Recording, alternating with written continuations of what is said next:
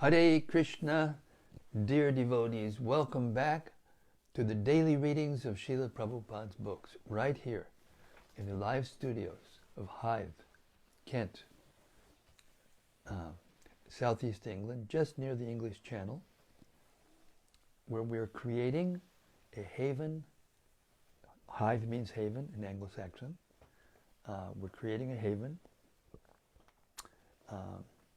for persons who want to absorb themselves every day in transcendental sound. And I can't think of a better way to do it than to read Srila Prabhupada's books direct, without commentary and without whatever, for some time before we have our reflections. And it seems to be working like a charm. So we'll keep it up, if you don't mind. Thanks. Śrīmad-Bhāgavatam Mahima Stotram from Sri Krishna Lilastava by Srila Sanatana Goswami explains exactly why we feel the way we do. It goes like this. Sarva Shastrabdi Piyusha Sarva Vedaika Satpala Sarva Siddhanta Ratnaja Sarva Lokaika Drik Prada.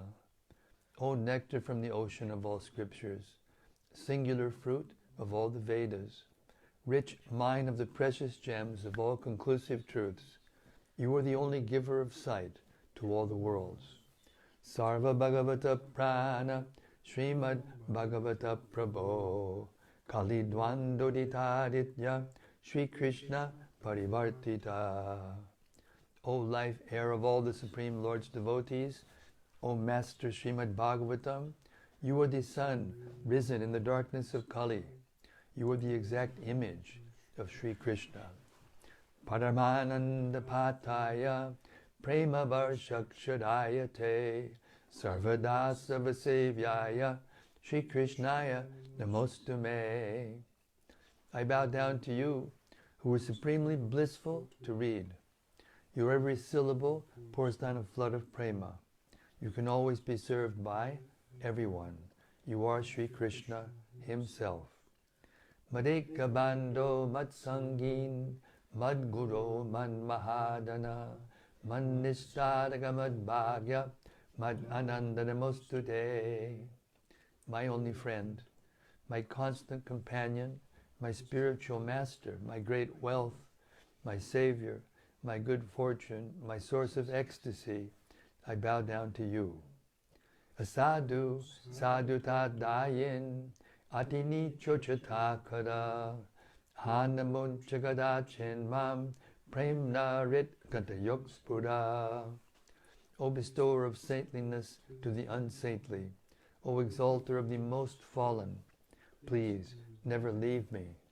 Always appear in my heart and my voice with pure love. Om Namo Bhagavate Vasudevaya. Om Namo Bhagavate Vasudevaya. Om Namo Bhagavate Vasudevaya. So we reached the 8th chapter of the first canto of Śrīmad-Bhāgavatam, moving along a little slowly but steadily. We've come to Queen Kunti's prayers, these beautiful prayers with Srila Prabhupada's profound purports, which was made into a book called The Teachings of Queen Kunti. We're starting with text 33.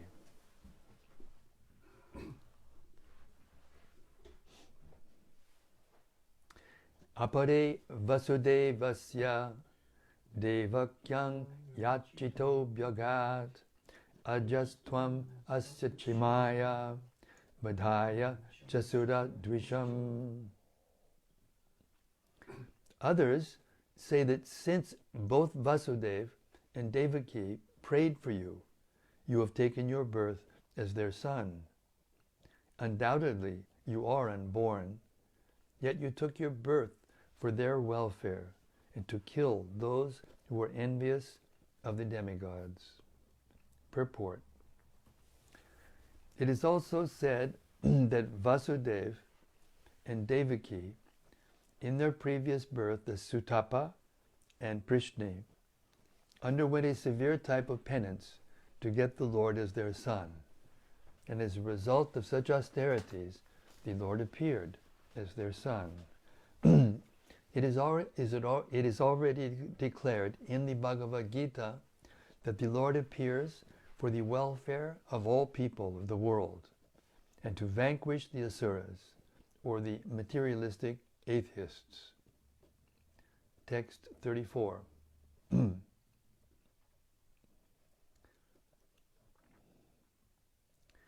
Bhāgavatarāṇayāṇye bhuvo nava ivo dadao siddhya buddhibhādena jato yatma bhuvartitaha. Others say that the world, being overburdened like a boat at sea, was much aggrieved, and that Brahma, who is your son, prayed for you, and so you have appeared in order to diminish the trouble. Purport. Brahma, or the first living being born just after the creation, is the direct son of Narayana. Narayana, as Garbhodakashayi Vishnu, first of all entered the material universe. Without spiritual contact, matter cannot create. This principle was followed from the very beginning of the creation. The Supreme Spirit entered the universe, and the first living being, Brahma, was born on a lotus flower grown out of the transcendental abdomen of Vishnu. Vishnu is therefore known as Padmanabha. Brahma is known as Atmabhu because he was begotten directly from the Father without any contact of Mother Lakshmiji. Lakshmiji was present near Narayana, engaged in the service of the Lord, and still, without contact with Lakshmiji, Narayana begot Brahma. That is the omnipotency of the Lord. One who foolishly considers Narayana like other living beings should take a lesson from this. Narayana is not an ordinary being, living being. He is the personality of Godhead himself, and he has all the potencies of all the senses in all parts of his transcendental body. An ordinary living being begets a child by sexual intercourse, and he has no means of begetting a child other than the one designed for him. But Narayana, being omnipotent, is not bound to any condition of energy. He is complete and independent to do anything and everything by his various potencies, very easily and perfectly. Brahma is therefore directly the son of the Father and was not put into the womb of a mother. Therefore he is known as Atmabhu. This Brahma is in charge of further creations in the universe, secondarily reflected by the potency of the omnipotent. Within the halo, within the halo of the universe, there is a transcendental planet known as Shvetadvip, which is the abode of the Kshirodakashayi Vishnu, the Paramatma feature of the Supreme Lord. Whenever there is trouble in the universe that cannot be solved by the administrative demigods, they approach Brahmaji for a solution. And if it is not to be solved even by Brahmaji, then Brahmaji consults and prays to the Kshirodakashayi Vishnu for an incarnation and solution to the problem. Such a problem arose when Kamsa and others were ruling over the earth, and the earth became too much overburdened by the misdeeds of the asuras. Brahmaji, along with other demigods, prayed at the shore of the Kshirodaka ocean, and they were advised of the descent of Krishna as the son of Vasudeva and Devaki. So some people say that the Lord appeared because of the prayers of Brahmaji. Text 35. Bhavesmin klishyamananam abhidya kama karma bihi shavana smaranahani kadishyan itikedichana. And yet others say that you appeared in order to renovate the devotional service of hearing, remembering, worshipping, and so on, in order that the conditioned souls suffering from material pangs might take advantage and gain liberation. Purport. In the Śrīmad-Bhāgavad-Gita, the Lord asserts that He appears in every millennium just to re-establish the way of religion. The way of religion is made by the Supreme Lord. No one can manufacture a new path of religion, as is the fashion for certain ambitious persons. The factual way of religion is to accept the Lord as the supreme authority, and thus render service unto Him in spontaneous love. A living being cannot help but render service because he is constitutionally made for that purpose. The only function of the living being is to render service to the Lord. The Lord is great, and living beings are subordinate to Him. Therefore, the duty of the living being is just to serve Him only. Unfortunately, the illusioned living beings, out of misunderstanding only, become servants of the senses by material desire. This desire is called avidya, or nations, and out of such illegitimate desire, the living being makes different plans for material enjoyment centered about a perverted sex life. He therefore becomes entangled in the chain of birth and death by transmigrating into different bodies on different planets under the direction of the Supreme Lord. Unless, therefore, one is beyond the boundary of this nations, one cannot get free from the threefold miseries of material life. That is the law of nature.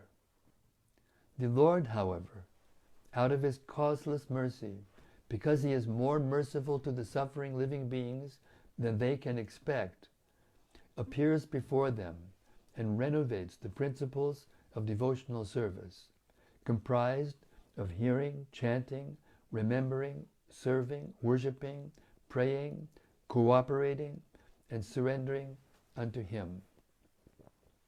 Adoption of all the above-mentioned items, or any one of them, can help a conditioned soul get out of the tangle of nations and thus become liberated from all material sufferings created by the living being, illusioned by the external energy.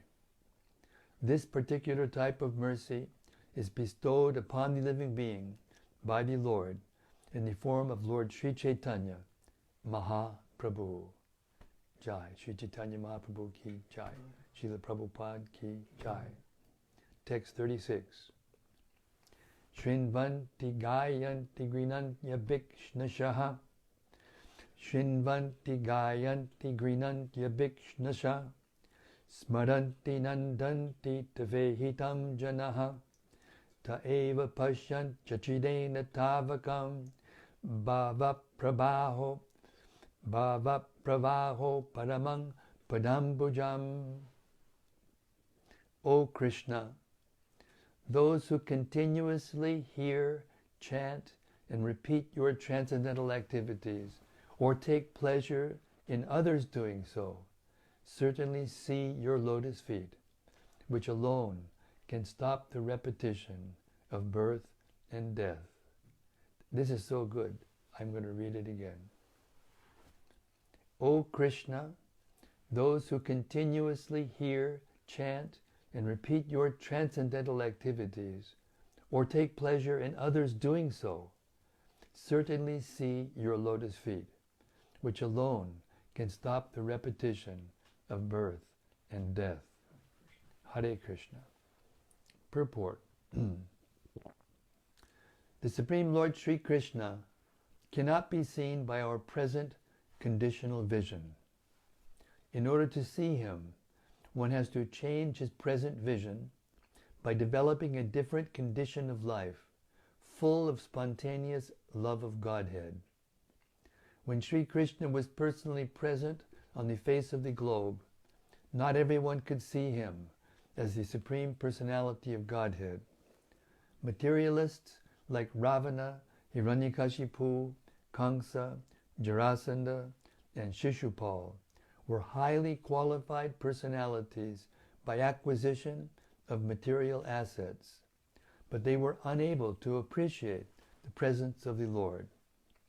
Therefore, even though the Lord may be present before our eyes, it is not possible to see him unless we have the necessary vision. This necessary qualification is developed by the process of devotional service only, beginning with hearing about the Lord from the right sources. The Bhagavad Gita is one of the popular literatures which are generally heard, chanted, repeated, and so on by the people in general. But in spite of such hearing and so on, sometimes it is experienced that the performer of such devotional service does not see the Lord face to face. The reason is that the first item, Shravana, is very important. If hearing is from the right sources, it acts very quickly. Generally, people hear from unauthorized persons. Such unauthorized persons may be very learned by academic qualifications, but because they do not follow the principles of devotional service, hearing from them becomes a sheer waste of time. Sometimes they fashionably interpret the texts to suit their own purposes. Therefore, first one should select a competent and bona fide speaker and then hear from him.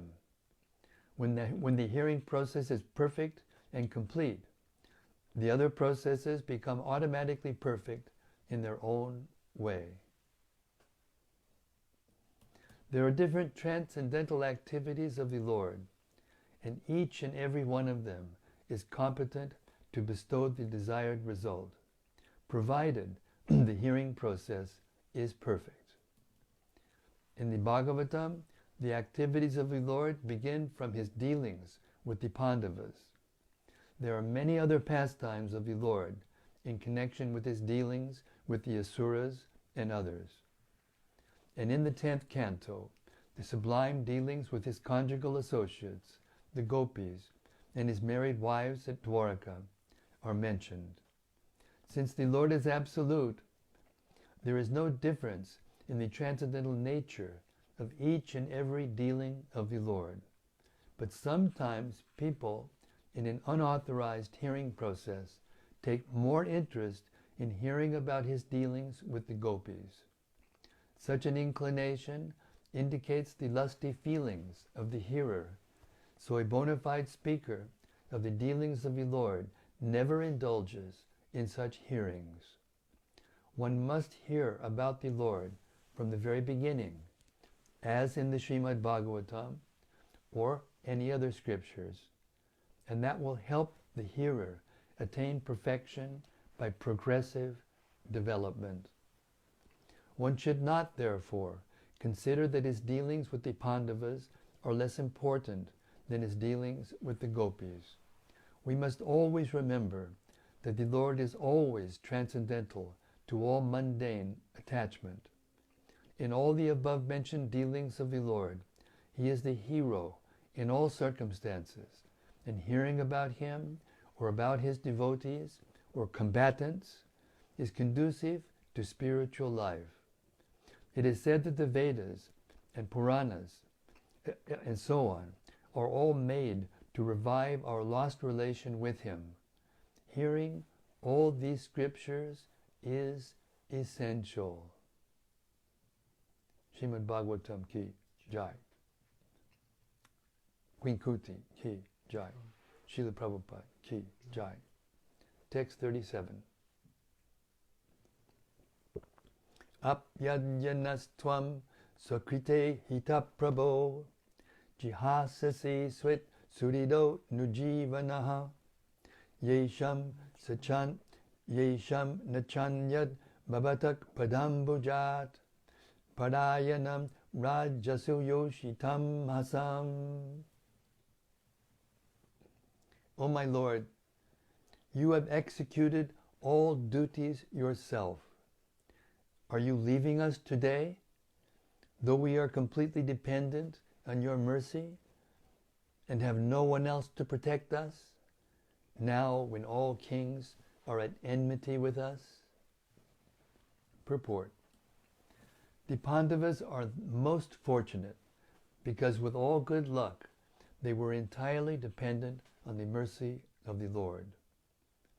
In the material world, to be dependent on the mercy of someone else is the utmost sign of misfortune. But in the case of our transcendental relation with the Lord, it is the most fortunate case when we can live completely dependent on Him. The material disease is due to thinking of becoming independent of everything. But the cruel material nature does not allow us to become independent. The false attempt to become independent of the stringent law of nature is known as material advancement of experimental knowledge. The whole material world is moving on this false attempt of becoming independent of the laws of nature, beginning with Ravana, who wanted to prepare a direct staircase to the planets of heaven, down to the people of the present age. They are trying to overcome the laws of nature. They are trying now to approach distant planetary systems by electronic mechanical power. But the highest goal of human civilization is to work hard under the guidance of the Lord and become completely dependent on Him.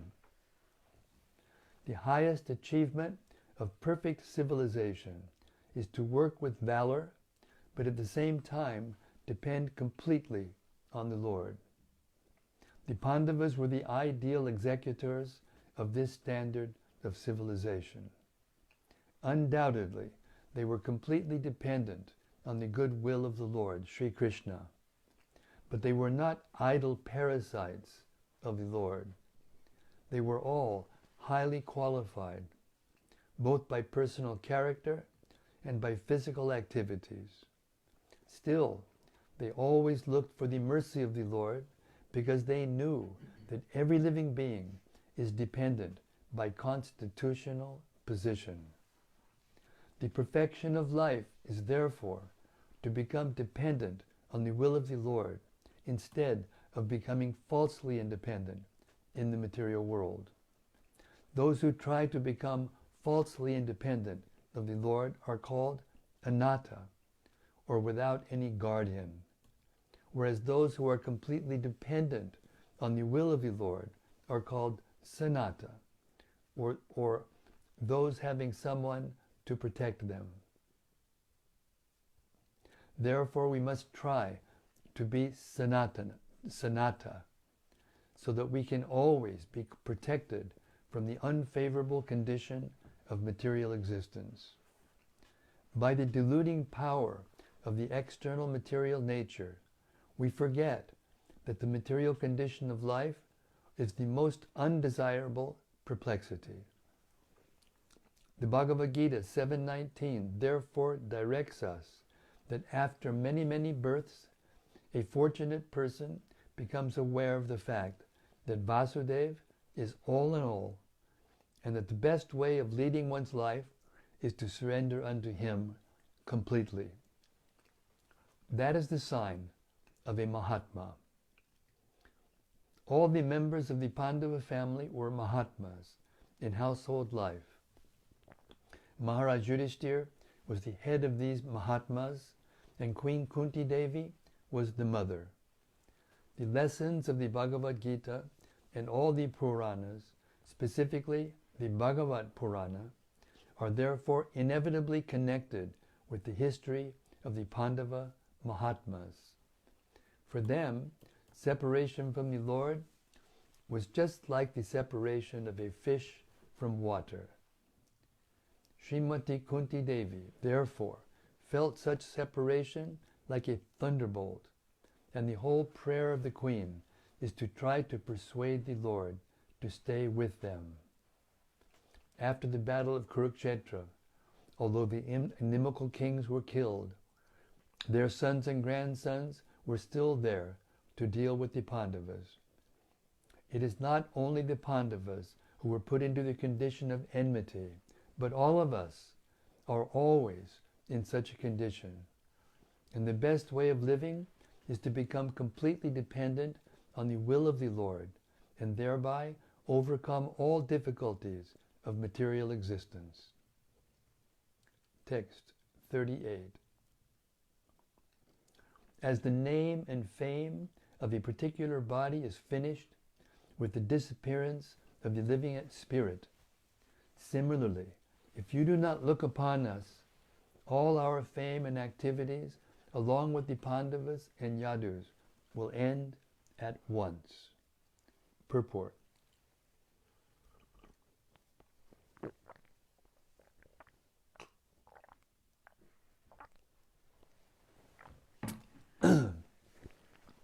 Kunti Devi is quite aware that the existence of the Pandavas is due to Sri Krishna only.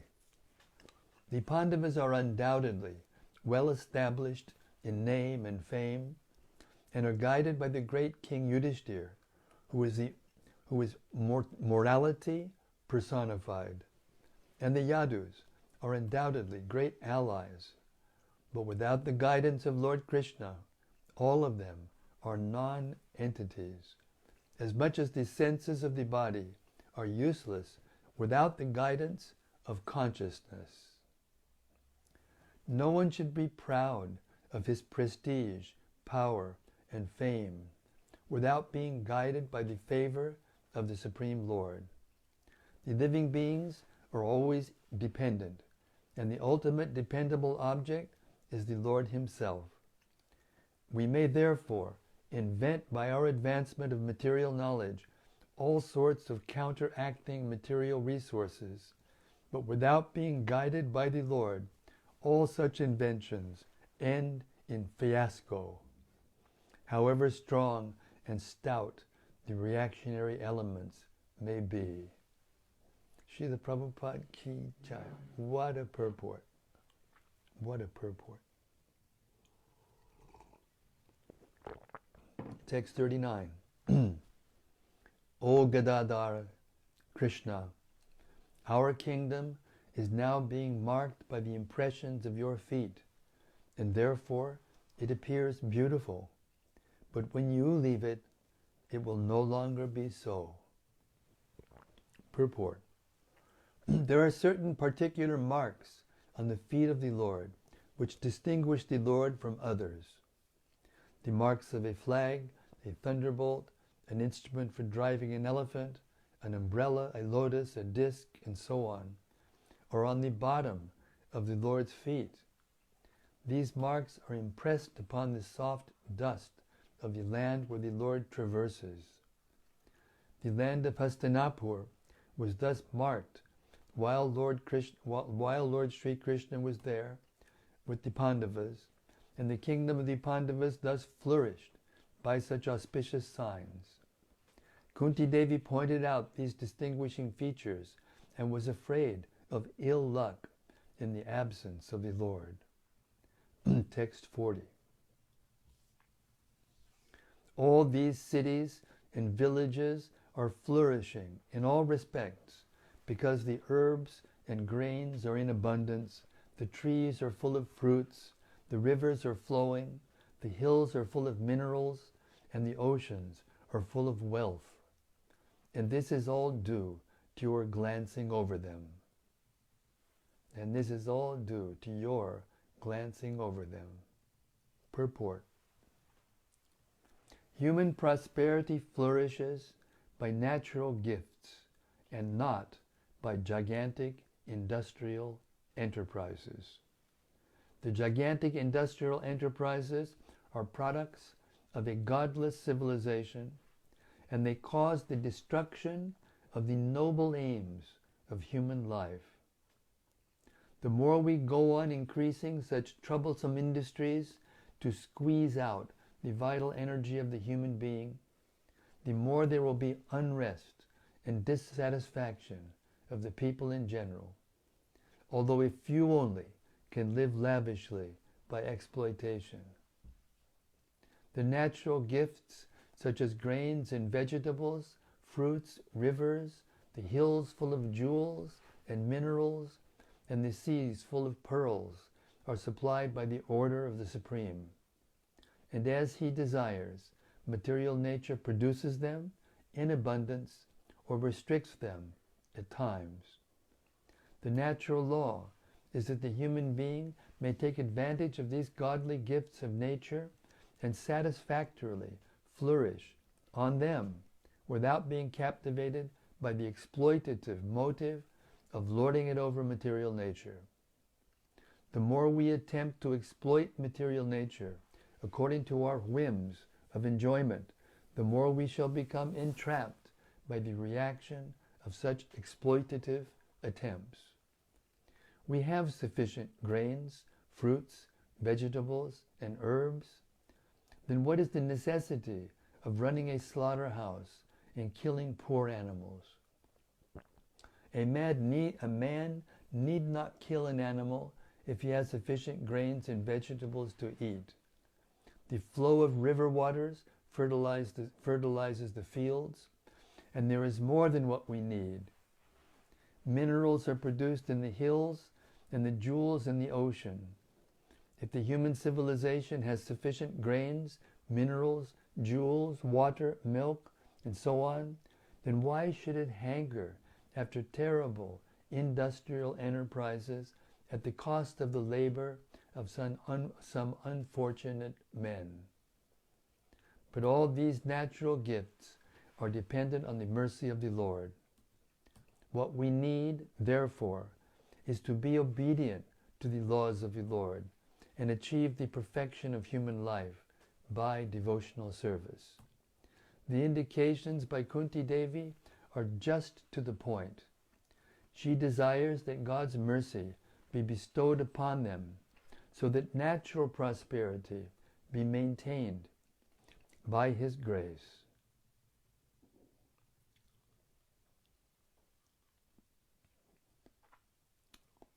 Text 41.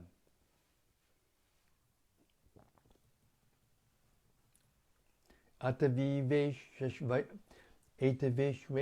vishvatman vishwamurte swakeshume sneha pashang imang chindi dridham pandushu vishnushu. O Lord of the universe, soul of the universe, O personality of the form of the universe, please, therefore, sever my tie of affection for my kinsmen, the Pandavas and the Vrishnis. Purport. A pure devotee of the Lord is ashamed to ask anything in self-interest from the Lord.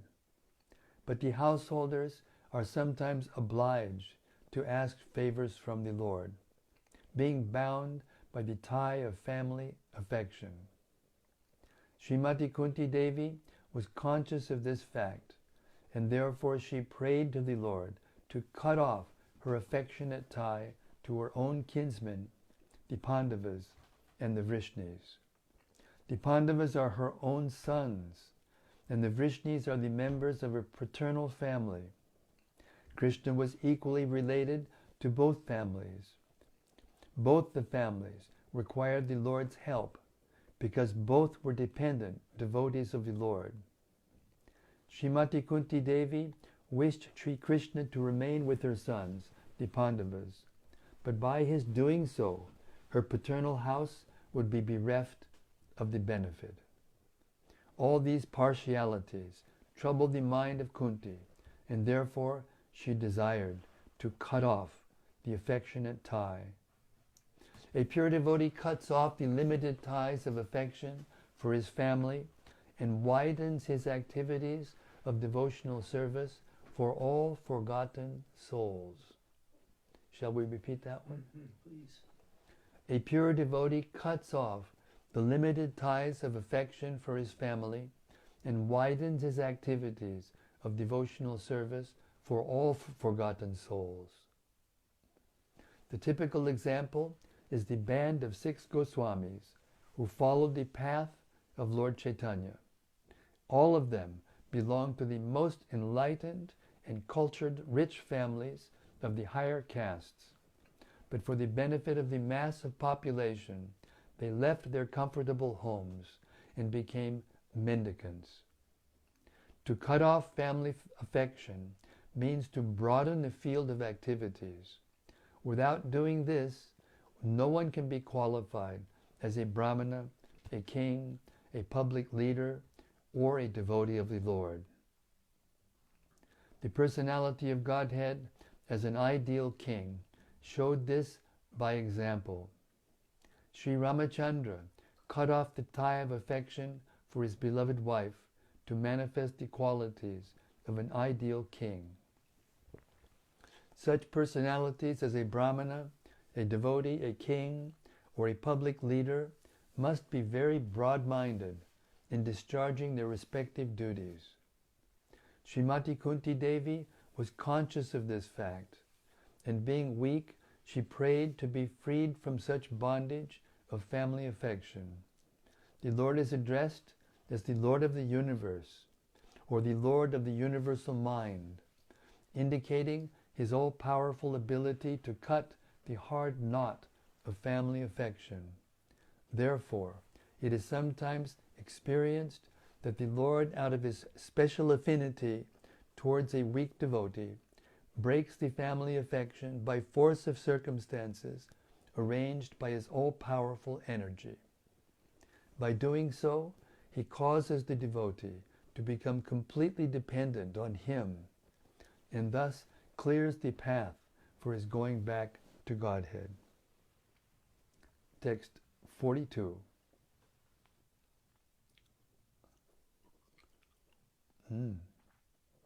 Tvayi me nanya vishaya matir madhupate sakrit ritim udbahatad ada gange vaugam udanvati. O Lord of Madhu, as the Ganges forever flows to the sea without hindrance, let my attraction be constantly drawn unto you without being diverted to anyone else. Purport. Perfection of pure devotional service is attained when all attention is diverted towards the transcendental loving service of the Lord. To cut off the tie of all other affections does not mean complete negation of the finer elements, like affection for someone else. This is not possible. A living being, whoever he may be, must have this feeling of affection for others, because this is a symptom of life. The symptoms of life, such as desire, anger, hankerings, feelings of attraction, and so on, cannot be annihilated. Only the objective has to be changed. Desire cannot be negated, but in devotional service, the desire is changed only for the service of the Lord, in place of desire for sense gratification. The so-called affection for family, society, country, and so on, consists of different phases of sense gratification. When this desire is changed for the satisfaction of the Lord, it is called devotional service. In the Bhagavad Gita we can see that the reason Arjuna decided not to fight with his brothers and other relations was just to satisfy his own personal desires. But when he heard the message of the Lord, Śrīmad-Bhāgavatam, he changed his decision and served the Lord. And for his doing so, he became a famous devotee of the Lord, for it is declared in all the scriptures that Arjuna attained spiritual perfection by devotional service to the Lord in friendship. The fighting was there, the friendship was there, Arjuna was there, and Krishna was there, but Arjuna became a different person by devotional service. Therefore the prayers of Kunti also indicate the same categorical changes in activities. Srimati Kunti wanted to serve the Lord without diversion, and that was her prayer. This unalloyed devotion is the ultimate goal of life. Our attention is usually diverted to the service of something which is non-godly or not in the program of the Lord. When the program is changed into the service of the Lord, that is to say, when the senses are purified in relation with the service of the Lord, it is called pure, unalloyed devotional service. Srimati Kunti Devi wanted that perfection and prayed for it from the Lord. Her affection for the Pandavas and the Vrishnis is not out of the range of devotional service, because the service of the Lord and the service of the devotees are identical. Sometimes service to the devotee is more valuable than service to the Lord. But here, the affection of Kunti Devi for the Pandavas and the Vrishnis was due to family relation. This tie of affection in terms of material relation is the relation of Maya, because the relations of the body or the mind are due to the influence of the external energy. Relations of the soul, established in relation with the Supreme Soul, are factual relations. When Kunti Devi wanted to cut off the family relation, she meant to cut off the relation of the skin. The skin relation is the cause of material bondage, but the relation of the soul is the cause of freedom. This relation of the soul to the soul can be established by the medium of the relation with the Supersoul. Seeing in the darkness is not seeing, but seeing by the light of the sun means to see the sun and everything else which was unseen in the darkness. That is the way of devotional service. Srila Prabhupada ki jai. He does it every time. These purports are fantastic. It's like we're hearing them for the first time.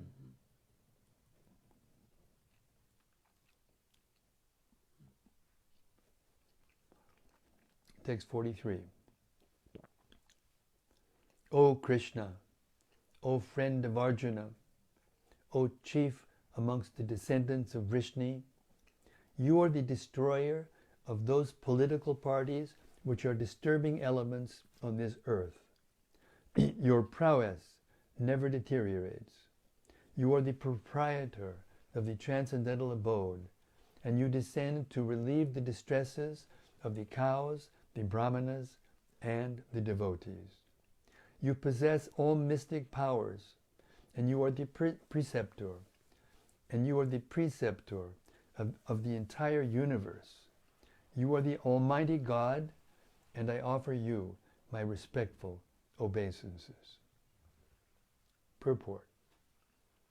A summary of the Supreme Lord Sri Krishna is made herein by Srimati Kunti Devi. The Almighty Lord has his eternal transcendental abode where he is engaged in keeping surabhi cows. He is served by hundreds of thousands of goddesses of fortune. He descends to the material world to reclaim his devotees and to annihilate the disturbing elements amongst the groups of political parties and kings who are supposed to be in charge of administration work.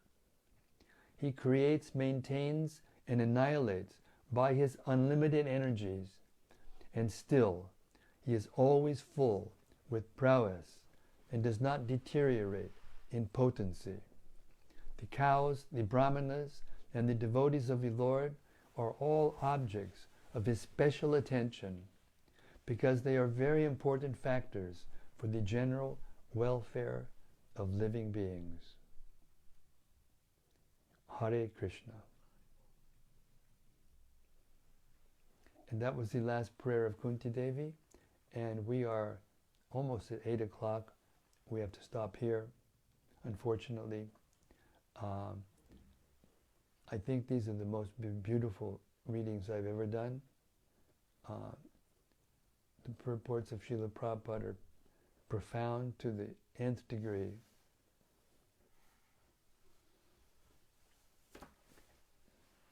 Hare Krishna. Okay. Now we, as we do every day, we invite the devotees listening to reflect on any point that stuck out in their minds and discuss them with the other devotees. Hare Krishna. First is from Rati Manjari. Haribol Rati, first off the block today. Hare Krishna. She says, Jai Guru Maharaj, it's a beautiful haven. Yes, it is.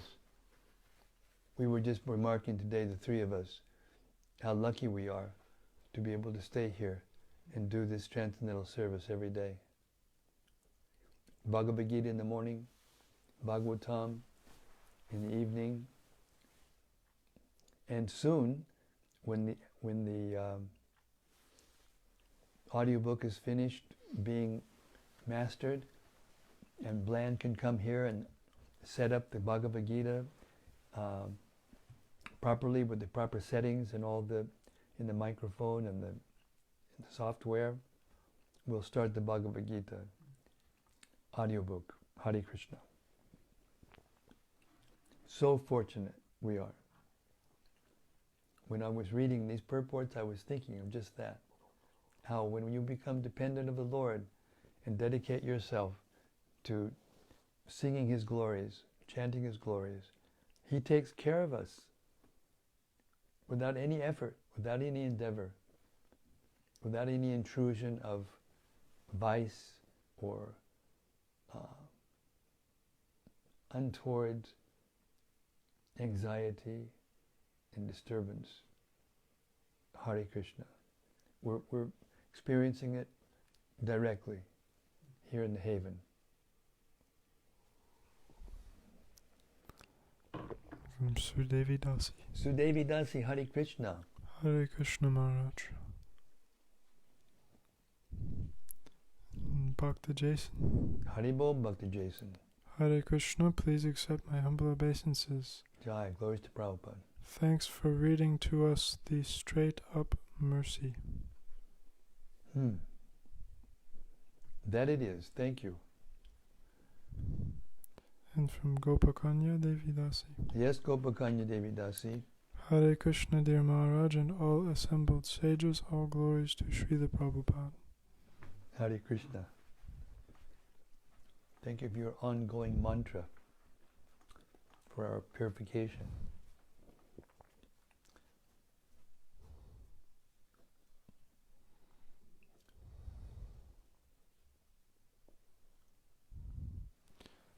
And from Vrajaloka Devi Dasi. Hare Krishna Vrajaloka. Hare Krishna, dear Guru Maharaj, please accept my humble obeisances. All glories to Srila Prabhupada. Jai, all glories to Srila Prabhupada. All glories to you and all the assembled devotees. Thank you for today's reading.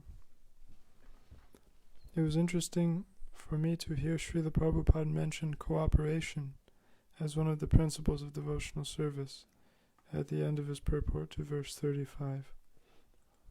Such an important thing to practice every day as part of our surrender. Your servant Vrajaloka. Yes.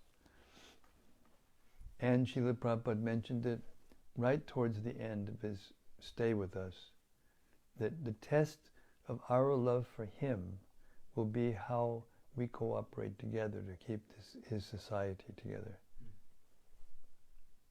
Hare Krishna. And from Vilas Manjari. Jai Vilas Manjari, Hare Krishna, welcome. Hare Krishna Maharaj, please accept my humble obeisances. In the purport to text 37, I counted 7 times Srila Prabhupada said we must become completely dependent on the Lord. Clearly an essential point. My personal reflection on this is that our sense of self, which we generally try to attain through independence, becomes more developed the more we depend on the will of the Lord. When we surrender to the will of the spiritual master and Krishna, we see ourselves do things even we could never imagine by his mercy. We get to know ourselves in relation to Krishna in that independence. Yes, and that's perfect realization and a wonderful reflection. Thank you so much. Real independence means complete dependence on Krishna. Independence from Maya and dependence on Krishna are one and the same thing. So when we depend on Krishna completely, we automatically become independent of the material nature and not dependent on the material nature. Hare Krishna. And from Anandamurti Devi Dasi. Anandamurti, Hare Krishna. Dear Guru Maharaj and all assembled devotees, please accept my humble obeisances, all glories to Srila Prabhupada.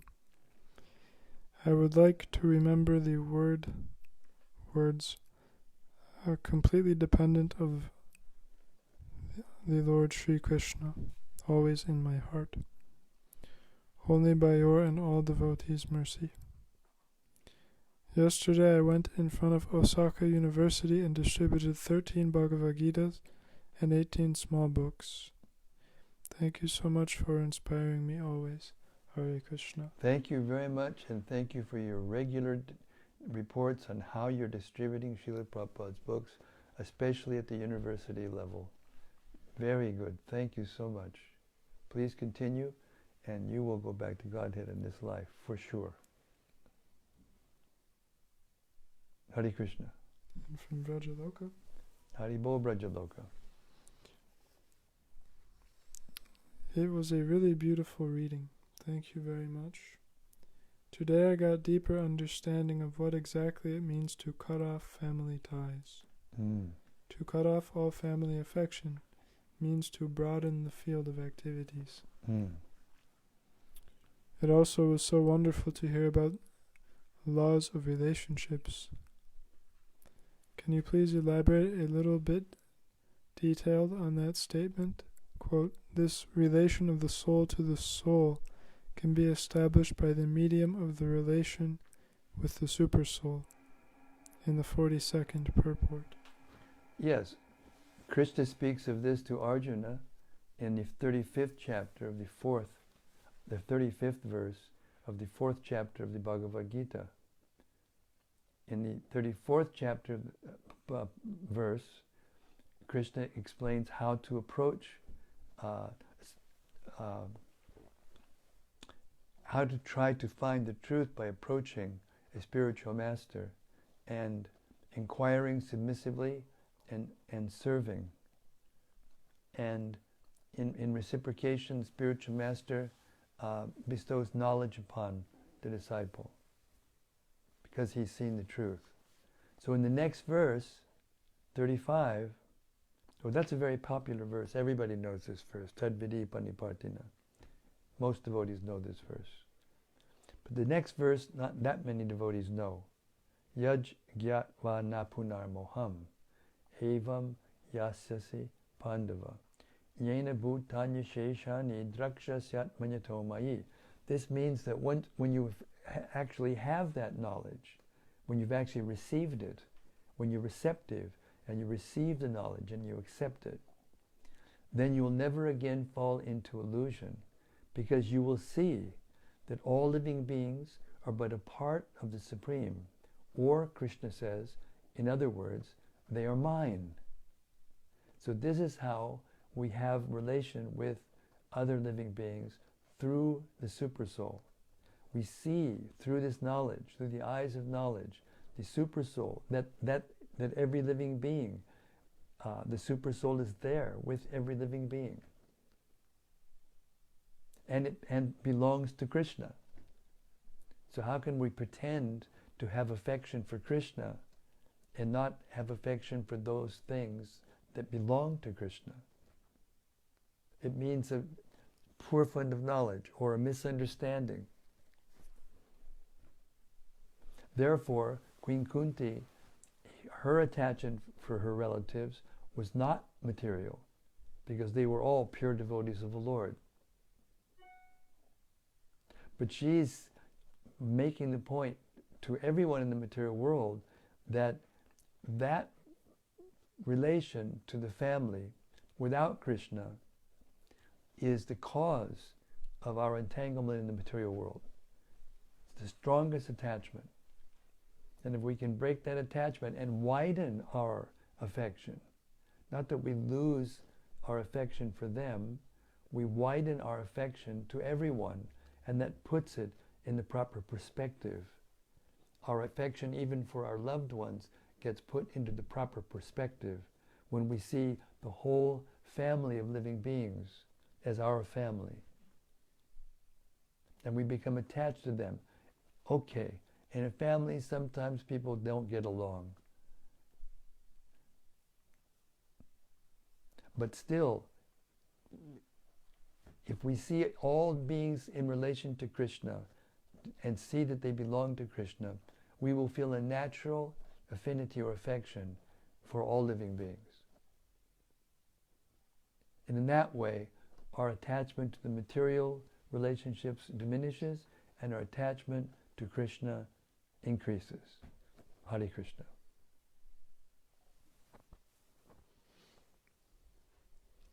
From Subbarao Rajagopal. Subbarao Rajagopal, Hare Krishna. Hare Krishna, please accept my humble obeisances and all glories to Srila Prabhupada. Thank you for your reading, which allows us to listen. Shravanam.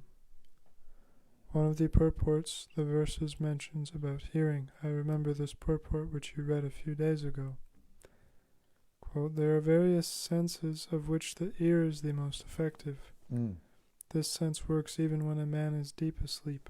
One can protect himself from the hands of an enemy while awake, but while asleep one is protected by the ear only.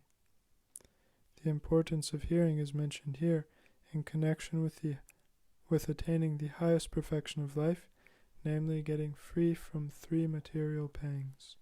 Śrīmad-Bhāgavatam 177. Perfect. Thank you very much. See, this is very important.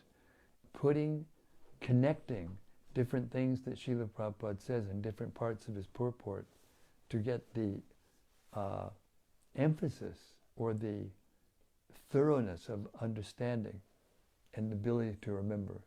That's the purpose of Prabhupada's repeating the same thought in a little different way again and again, so that it becomes fixed in our minds and we thoroughly understand it. Hare Krishna. And from Vilas Manjari. Jai Vilas Manjari, Hare Krishna. You're on a roll, go ahead. Real independence means independent of Maya and dependent on Krishna. Thank you. I'm putting that one up on the fridge. Yeah, we should put that on the mirror so that when we get ready in the morning we'll see it every day. And from Rati Manjari. Yes, Rati. Dear Guru Maharaj, please accept my humble obeisances. Indeed, very powerful verses and purports tonight. I liked how Srila Prabhupada explained Queen Kunti's confusion because of belonging to both the Vishnus and the Pandavas, and how she then wished to cut off her ties to both of these families and fix her mind only on Lord Sri Krishna. I thought it nice how Srila Prabhupada seemed to sympathize with her emotions. Yes. And he also explained that it's not possible not to feel affection for them. But I'll say it again. If we become fully Krishna conscious, then we will have affection for all living beings, and that puts our affection to our family in the proper perspective, and we're not overly affectionate to them. Our problem is we narrow our affection to just the members of our immediate family, and cut off, our affection for all of the living beings. What to speak of the animals that we kill and eat? It's gross negligence, gross attachment only for sense gratification. Hare Krishna.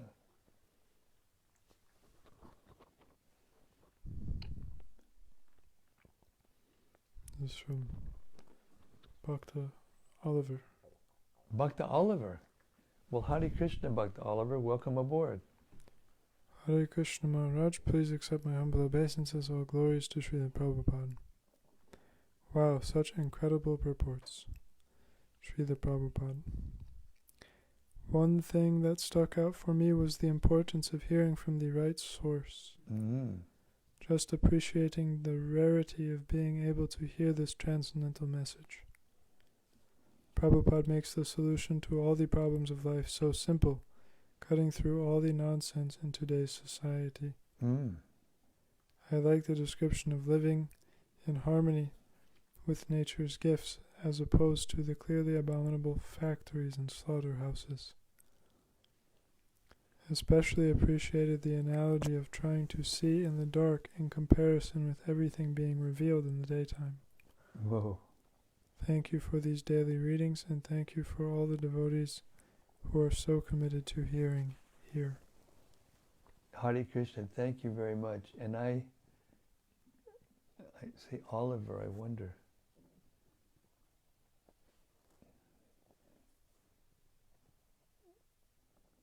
Did it say Bhakta Oliver? Oliver Troud, T-R-O-U-D-E. Oh, Troud, it's not. I thought it might be Pundarik, because his name is Oliver. All right, so yes, that was wonderful reflection, Bhakta Oliver. Wonderful. And I'll leave your reflection for us to meditate upon. The thing that brought out in my mind when we read that section was how Srila Prabhupada was writing this in the early 60s. He wrote this in the early 60s, and how he's talking about what's going on in the world today. It was completely connected. This shows how these are eternal truths. Never mind who the recent political leader is, or political system is, or economics are, or whatever. These enmity between person and person, and country, and family, and friend are becoming very prominent in the Kali Yuga, and making it impossible for one to find that peace that they're looking for in all these material amenities and advancements, technical knowledge. And it proves again that Prabhupada's purports are for all time, and they're for all places, they're for everyone, and they do solve all the problems if we take them seriously and apply them into our consciousness, into our lives, and into our relationships with other people and things. This is the solution, both individually and collectively. Thank you very much for that reflection. Hare Krishna. This is Bhakta Oliver from Wales. Bhakta Oliver from Wales. Now I remember. I couldn't remember, but now I do. Forgive me for forgetting. Hare Krishna. And now we're going over. We have to stop here, and I don't know how to thank all of you for your reflections. They show that you're hearing, and you're absorbing, and you're reflecting, and becoming more and more Krishna conscious, and boy, does that satisfy yours truly. Śrīmad-Bhāgavatam ki jai. Samaveta Bhakta Vrinda ki jai. Gaur Premanandi Hari Hari Bol.